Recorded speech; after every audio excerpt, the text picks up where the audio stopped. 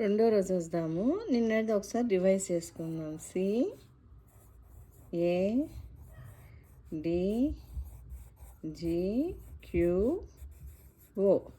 అయితే ఈ స్ట్రోక్స్ని మనం ఎట్లా కలపాలి అనేది నేను ఇప్పుడు చెప్తాను. ఇగో A C D G Q O. చూసారు కదా, మళ్ళీ చెప్తాను. ఇది ఈరోజు ప్రాక్టీస్ చేయాలి. రెండో రోజు ఏ డి క్యూ జి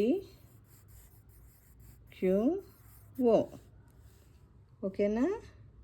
ఇంకో మళ్ళీ A C D G Q. ఈ జాయినింగ్స్ క్యూకి మనం ఓ.